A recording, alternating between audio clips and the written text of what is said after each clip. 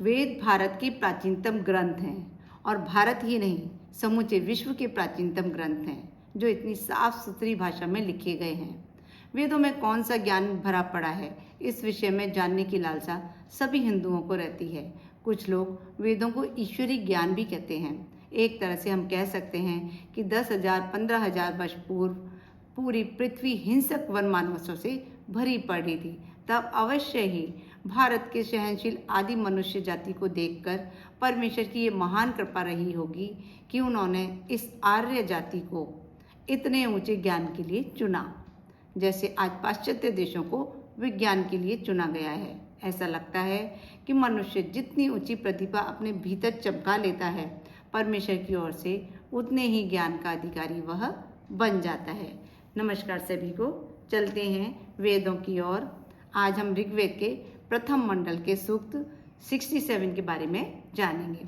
इसके ऋषि हैं पाराशर, देवता हैं अग्नि और छंद है विराट। जैसे राजा सर्वगुण संपन्न वीर पुरुष का वर्ण करते हैं, वैसे ही अग्निदेव यजमान का वर्ण करते हैं।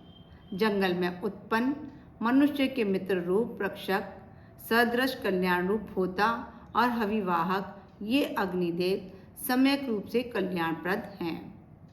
ये अग्निदेव समस्त धनों को हाथ में धारण करते हैं। गुहा प्रदेश में स्थित रहते हुए इन्होंने देवों को शक्ति संपन्न बनाया।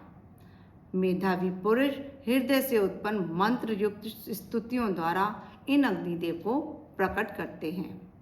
मंत्रों को प्रभावशाली बनाने के लिए केवल वाणी ही पर्याप्त नहीं है, उसके साथ हृदय अंतःकरण की शक्ति जुड़नी चाहिए, जो तप साधना द्वारा जागृत की जाती है।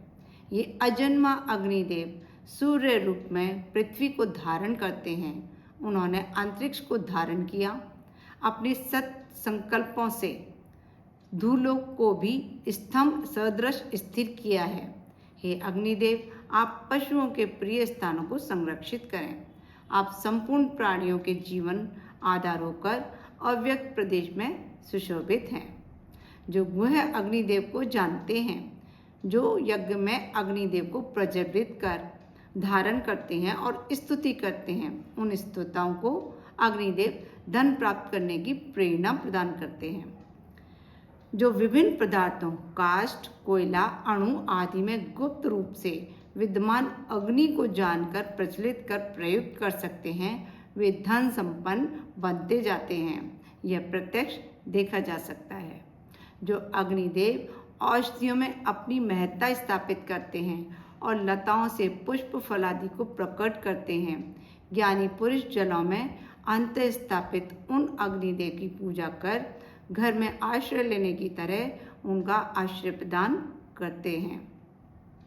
यह यज्ञ विज्ञान सम्मत है कि वनस्पतियों वृक्षों में सूर्य ऊर्जा के प्रभाव से ही रस परिपक्व होता है, तभी उनके गुण फल फूल आदि प्रकट होते हैं। मतलब वनस्पति के लिए सूर्य की किरणों का, सूर्य की गर्मी का होना बहुत जरूरी है, सूर्य की रोशनी का होना बहुत जरूरी है, तभी फल फूल आदि पनप पाएंगे, वनस्पति तभी पैदा हो पाएगी। ये हुआ सूक्त 67। अब हम नेक्स्ट वीडियो में मिलते हैं सूक्त 68 के साथ। नमस्कार सभी को, खुश रहो, स्वस्थ रहो, मस्त रहो।